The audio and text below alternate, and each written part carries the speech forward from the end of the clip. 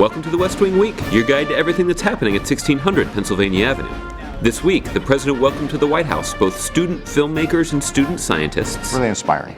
Hosted the Afghan president and honored the 5-year anniversary of the Affordable Care Act. While the First Lady championed the Let Girls Learn initiative in Japan and Cambodia.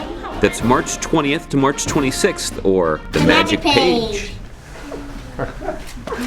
On Friday, the president sat down with the Huffington Post to discuss a wide range of topics, including the Republican proposal to eliminate the estate tax and create a $300 billion tax loophole that only benefits people worth $11 million or more. Later that day, it was showtime at the second ever White House Student Film Festival. You guys having fun? Yes! This year's theme was the impact of giving back, and the students who directed, produced, and starred in the 15 honored films got to meet the president. The president also greeted some of the mentors and leaders in the audience. She's got some pipes. Really good. And ran into one of his old students. Yeah, I was a pretty good teacher, right? Excellent. That's what I told you. Excellent. What's he going to say now? Right? It's good to see when your former law students done good.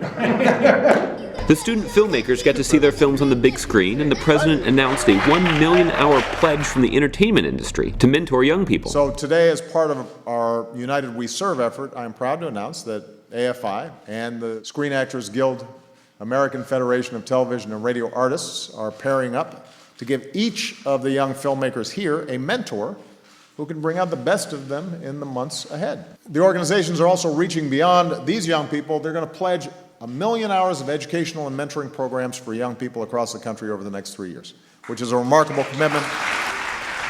On Saturday, the president joined an excited and musical crowd, decked out in orange and black, of course, to support his niece at Princeton's opening round NCAA women's tournament basketball game.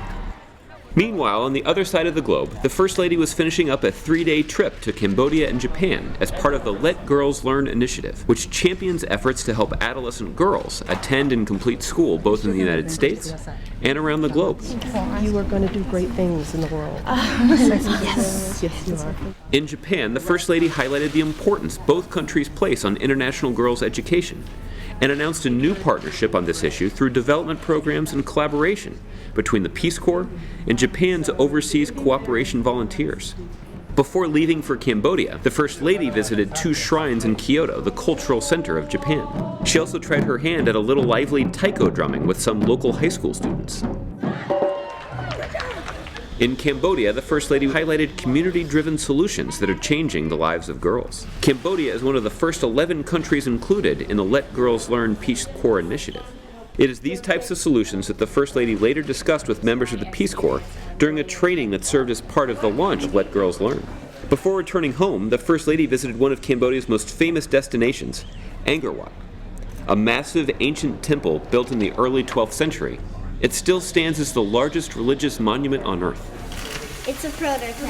It's a prototype. On Monday, the president welcomed more than 100 young scientists and their bright budding minds to the 5th annual White House Science Fair. Every year, I walk out smarter than I walked in, because these young people have something to teach all of us, not just about batteries or attacking cancer cells or how to build a working robot or a rocket. They teach us how to question assumptions, to wonder why something's the way it is and how we can make it better. That's why we love science.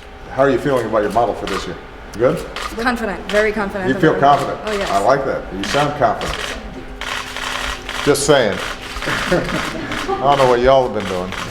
Then, the president spoke at the Select USA Investment Summit, attended by more than 2,600 investors from 70 different countries, more than twice as large as the inaugural event 2 years ago. It reflects the growing global interest in investing in the United States. So the bottom line is this. America is proudly open for business, and we want to make it as simple and as attractive for you to set up shop here as is possible. That is what this summit is all about. On Tuesday, the president welcomed Afghan President Ghani to the White House. This marked the first meeting between the two presidents at the White House following the 2014 presidential election in Afghanistan, which produced the first democratic transfer of power in Afghanistan's history. Tragedy brought us together. Interest now unites us. And we can assure you that the government of national unity is revitalized the partnership and looks at this partnership with the United States as foundational, not just for Afghanistan stability, but for regional and global stability. The president kicked off Wednesday morning in the South Court Auditorium, where he marked the 5th anniversary of the successful passage of the Affordable Care Act. 5 years ago, we declared that in the United States of America, the security of quality, affordable health care was not a privilege but a right, regardless of your political beliefs or theirs.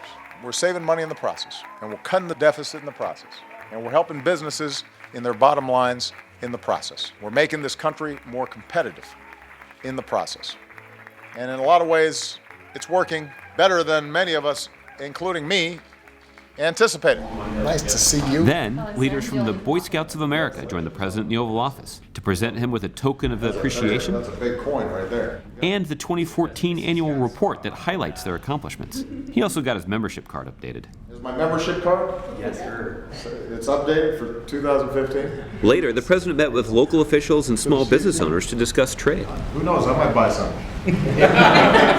On Thursday, the president traveled to the largest city in Alabama, Birmingham, to participate in a roundtable and discuss the administration's efforts to crack down on unscrupulous payday lenders. So stay engaged with us online, and remember, you can find out more information about any of these topics and see complete videos of these events at whitehouse.gov. Thanks so much for checking out this edition of your West Wing Week, and don't forget to tune in next week for a special edition.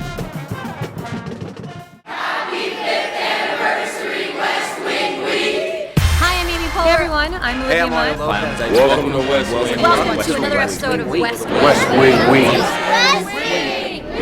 Way to go!